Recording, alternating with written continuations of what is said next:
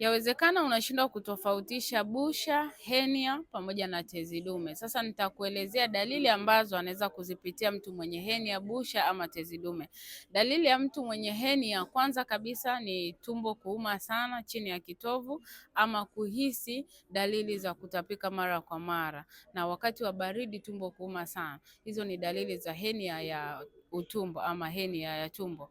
Lakini pia kwenye upande wa busha, busha ni pale ambapo unaona korodani zimevimba, zimening'inia, zimekuwa kama majimaji fulani, lakini pia zinakuwa zinauma sana, na wakati wa kushiriki tendo la ndoa unakuwa unapata changamoto kwa sababu kuna mshipa unakuwa unauma sana.